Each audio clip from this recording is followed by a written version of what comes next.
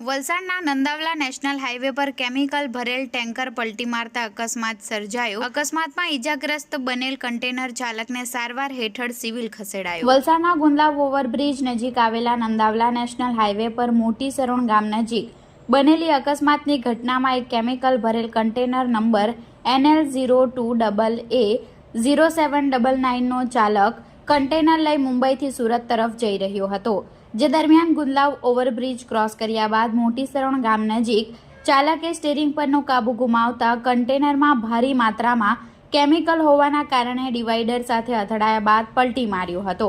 જો કે કન્ટેનર પલટી મારતાની સાથે જ કન્ટેનર અને કેબિન છૂટું પડી જવા પામ્યું હતું।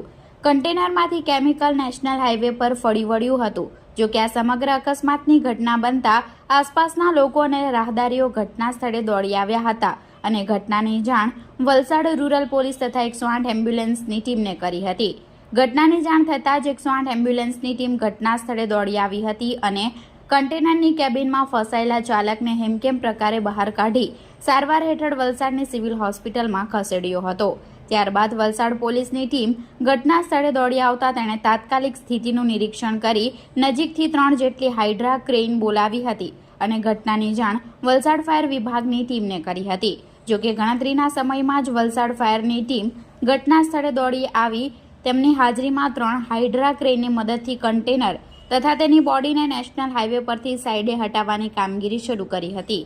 ત્યારબાદ ફાયરની ટીમ દ્વારા રસ્તા ઉપર પાણીનો મારો ચલાવી કેમિકલને સાઈડે કરાવી વલસાડ રૂરલ પોલીસની ટીમ દ્વારા વાહન વ્યવહાર સામાન્ય કરાવ્યો હતો।